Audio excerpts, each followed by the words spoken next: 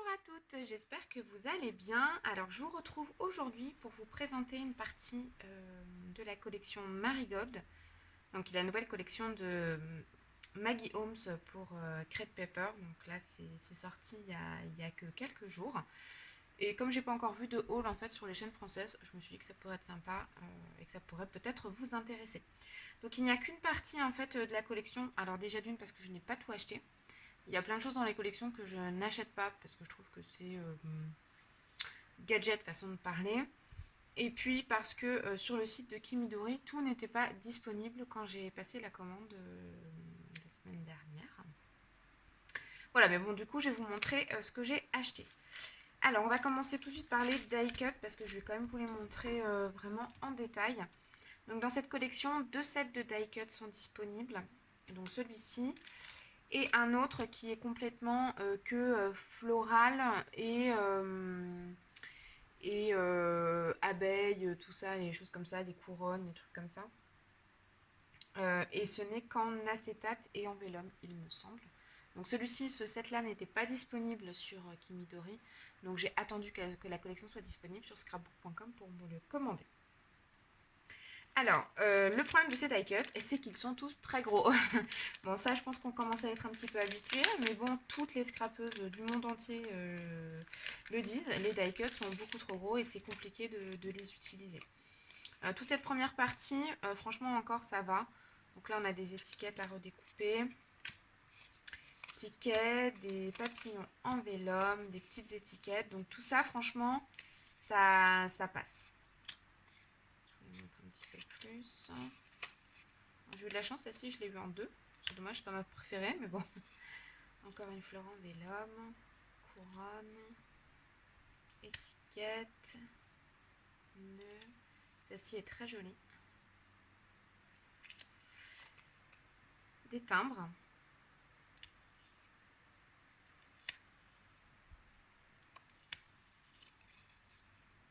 J'aime beaucoup cette abeille. Et ça, je pense que c'est un appareil photo rétro. Je vous montre là les premières. Mais alors, ceux d'en dessous, hormis les tags, c'est un petit peu compliqué, quoi. C'est quand même assez gros. Donc effectivement, on a des très jolis tags. Alors ça, c'est très compliqué à utiliser. Et là, vraiment, on a des très grosses pièces. Même ça, ça me semble compliqué à utiliser.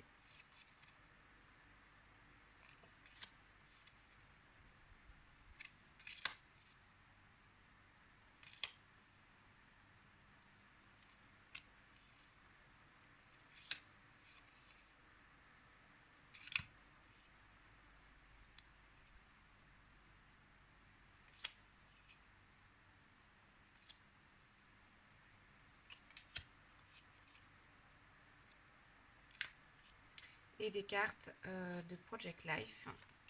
Et on a un Bambi qui commence un petit peu déjà à s'abîmer. Donc voilà pour les die cuts.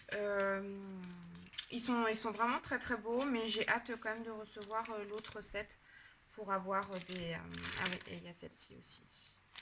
Pour avoir vraiment des die cuts un petit peu plus petits et plus facilement utilisables. Voilà pour les die cuts. Alors on continue avec les puffy. Donc là par contre effectivement c'est complètement miniaturisé, ça il n'y a pas de doute. Voilà, ils sont vraiment très très très beaux. Il y a un petit peu de tout, des étoiles, des cœurs, des fleurs, des petits animaux, des maisons, des appareils photo. Enfin ça pour vraiment les petits embellissements, décoration de rosettes, les étiquettes, les tickets, les choses comme ça, c'est vraiment parfait. Les stickers. Donc là, je trouve qu'on a quand même une bonne quantité, franchement. 72 stickers, il y a vraiment de quoi faire. Et là, en revanche, la taille est parfaite. On a vraiment plein de choses utilisables. Et un parfait mélange entre les textes, les étiquettes et les icônes. On a aussi pas mal de florales. Et on a encore des étiquettes, des tags. Et alors, j'ai complètement flashé là sur ces dominos. Je trouve que c'est complètement novateur. J'ai jamais vu ça dans d'autres collections. Je trouve ça vraiment trop mignon. Et on a encore des timbres. Alors en revanche, la qualité est vraiment pas la même que les années précédentes. C'est plus du tout du cardstock stickers. Là, c'est vraiment juste de la feuille autocollante, quoi. C'est vraiment très léger. Alors que je trouve que par contre, les die cuts sont de plus en plus épais. Donc c'est un peu bizarre. J'ai craqué quand même pour les tampons. Alors c'est rare que je prenne les tampons des collections, mais là franchement je le trouvais vraiment très beau et très versatile. Il y a pas mal de choses voilà, qu'on peut utiliser pour créer, pour faire soit de la carterie, soit dans les mini-albums. Et j'ai vraiment très très hâte de les utiliser avec notamment du foil et avec la mink. Parce que je pense que ça va vraiment être très très très sympa. Donc j'aime beaucoup. Ouais, je les aime beaucoup. J'espère que la qualité est bonne. Je vous dirai ça à l'utilisation. Bien évidemment, j'ai pris les Seekers, puisque ça, je pense que c'est ce que je préfère. C'est pas ce que je préfère dans une collection, c'est pas vrai, parce que je vais vous dire la même chose après des chipboards. Mais vraiment, pour moi, les Seekers, c'est hyper important, moi, dans mon scrap personnellement, parce que ça permet vraiment de faire du layering et d'apporter vraiment une touche précieuse et très fine dans moi mes créations. C'est vraiment quelque chose que j'utilise beaucoup. Alors d'habitude j'utilise plus un gold un petit peu plus doré, vous voyez par exemple comme celui-ci. Mais voilà, moi je les utilise beaucoup en layering et en petite touche d'accent. Je trouve que ça balance vraiment bien les couleurs. Donc je suis vraiment fan de tout ce qui est puffy gold comme ça. J'en achète dans toutes les collections. J'en ai chez Pinfresh Studio, de chez. J'ai pris ceci aussi de chez Jan Hatfield. Mais je suis un peu déçue parce qu'ils sont pas vraiment puffy, ils sont très très plats. Donc pour moi, c'est pas vraiment puffy. Mais ça, je trouve que c'est un must-have. C'est vraiment un must-have pour tout type de création. Que ce soit sur les memory decks, sur les embellissements, dans les albums, sur les pages. C'est vraiment ce qu'il faut avoir, je trouve, dans une collection. Bien évidemment, en plus, voilà. Mais typiquement, par rapport à des pinces en bois, des petits clips en bois là, décorés, franchement, je préfère mettre 5 € là-dedans que 5 € dans des pinces. Hein, parce qu'en plus, il y en a quand même 55 dedans. Donc, vous avez vraiment de quoi faire. Bien évidemment, je ne pouvais pas ne pas prendre les chipboards. Ceux qui me connaissent un peu savent que les chipboards, c'est toute ma vie. Non, c'est vraiment pour moi un objet à collectionner. Je collectionne les chipboards Maggie Holmes, vraiment. Il me manque 3. Il me manque Bloom, Shine et Open Book. Et c'est une grande tristesse dans ma vie. Non, je rigole. Mais vraiment, enfin, si je pouvais les trouver, je serais vraiment très très contente. Je trouve que l'objet en lui-même est vraiment très très beau. Voilà. On dirait un vinyle un peu dans sa pochette. Donc voilà, les personnes qui collectionnent les vieux vinyles savent ce que c'est d'avoir la sensation de la pochette et tout. C'est vraiment, j'adore les chipboards. Donc ceux-ci sont vraiment très très beaux aussi. Les éléments ne sont pas trop gros, donc ça c'est cool. Ça permet vraiment de pouvoir les utiliser de plein de manières différentes. Ils sont vraiment pas très épais, donc ça évitera de les dédoubler en fait. Hein. Moi, c'est ce que je fais avec les chipboards. Je trouve que c'est vraiment trop épais. Et voir le carton sur le côté, c'est quand même pas très joli. Donc, généralement, j'enlevais des couches de papier. Voilà, du coup, c'est parfait vu l'épaisseur de la feuille. Voilà. Donc, ils sont vraiment très très beaux. Ce que je regrette, c'est qu'il n'y ait pas du tout de foil. Voilà, je pense qu'il y aurait pu avoir un petit peu de foil sur 2-3 chipboards. Ça aurait apporté encore une petite touche un peu précieuse. Mais bon. Ils sont quand même très très beaux comme ça. Ensuite, donc j'ai pris les papiers spéciaux de la collection, bien évidemment. Donc là, on a la page 30-30, donc qui a cette particularité d'être dentelée directement. Et le vert est vraiment très très beau. C'est un vert gris qui est vraiment magnifique. Donc je pense que je la couperai pas cette feuille, je vais vraiment l'utiliser en page 30-30. Je pense que c'est dommage de casser son intégrité. Donc je pense vraiment l'utiliser comme ceci et faire un sketch un peu par ici pour vraiment profiter au maximum du reste de la feuille.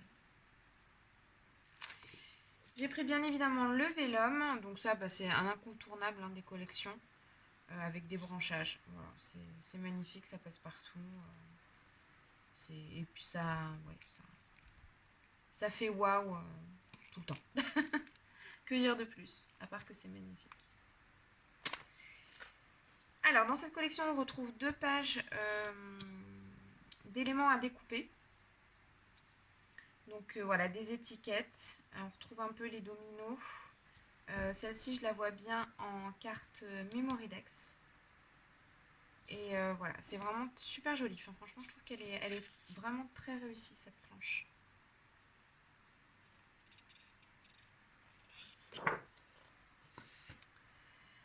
Et la planche classique, donc avec les cartes de Project Life. Donc pour ceux qui font du Project Life, c'est top. Et puis sinon, pour faire des pocket letters.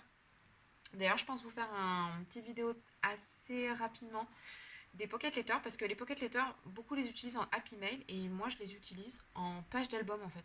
C'est-à-dire que j'intègre en fait des photos et je la traite en fait comme une pocket letter. Je vous montrerai ça en vidéo, ce sera peut-être un petit peu plus parlant. Et je pense en faire une très rapidement avec Marigold, parce que la combinaison de couleurs, vraiment la palette de couleurs est magnifique. Je trouve que là, ces 4 couleurs ensemble, c'est... Et je trouve qu'elle a réussi à intégrer du marron, du beige, des couleurs qui sont super tristes, de manière bien plus harmonieuse que par exemple dans la collection Héritage, qui je trouve n'est pas vraiment réussie. Et en tout cas, moi en tout cas pas à mon goût. Mais je trouve que là vraiment, elle a réussi à avoir des couleurs très peu saturées et qui pourtant ensemble font quelque chose de très lumineux et de très attractif. Et donc je vais vous montrer que 2 pages de la collection, puisque donc j'attends mon autre commande chez scrapbook.com. À la base, ce que je voulais, c'était avoir le paper pad, bien évidemment, pour pouvoir beaucoup créer. Et puis je suis assez d'accord avec Adeline mon plume. Alors je te fais des gros bisous Adeline. C'est dommage de gâcher en fait du recto verso, je suis complètement d'accord avec toi. Et c'est vrai que du coup pour faire notamment des éléments en 3D, des enveloppes, ce genre de choses, des pochettes, voilà. C'est dommage de gâcher au final l'imprimé qui est derrière. Malheureusement, le paper pad, je pense qu'il ne va pas être disponible avant un bout de temps. C'était déjà arrivé sur d'autres collections où ils ont eu des problèmes d'approvisionnement en fait sur les blocs de papier. Et là, actuellement, tous les sites qui ont sorti la collection Marigold n'ont pas les paper pads. Donc, il y a un moment donné, bon, j'ai dit stop, c'est pas grave, commande des feuilles de papier et puis tu commanderas le bloc de papier quand il sera disponible. Donc voilà, donc j'attends ma commande scrapbook.com. Et du coup, j'ai hâte de vous montrer les papiers que j'ai choisis de cette collection. Voilà, écoutez, j'espère que vous serez autant enthousiaste que moi à l'arrivée de cette collection, parce que je trouve que, voilà, depuis Sunny Days, j'avais une relation un petit peu compliquée avec les collections Maggie Holmes. J'avais été hyper déçue par Héritage. Je la travaille quand même, mais c'est clairement pas dans mon top 5. Et puis Suit Story, je trouve qu'elle est... c'est un peu le même genre que Carousel, mais dans une autre palette de couleurs. Donc elle est jolie aussi, mais enfin, clairement, je suis beaucoup plus enthousiaste sur cette collection-là et sur cette palette de couleurs-là. Je trouve qu'il y a vraiment le vrai côté Maggie Holmes dedans. Voilà, écoutez, j'espère que ça vous a plu. Et puis j'ai hâte de vous retrouver pour la seconde partie de la collection Marigold. À bientôt, bye bye!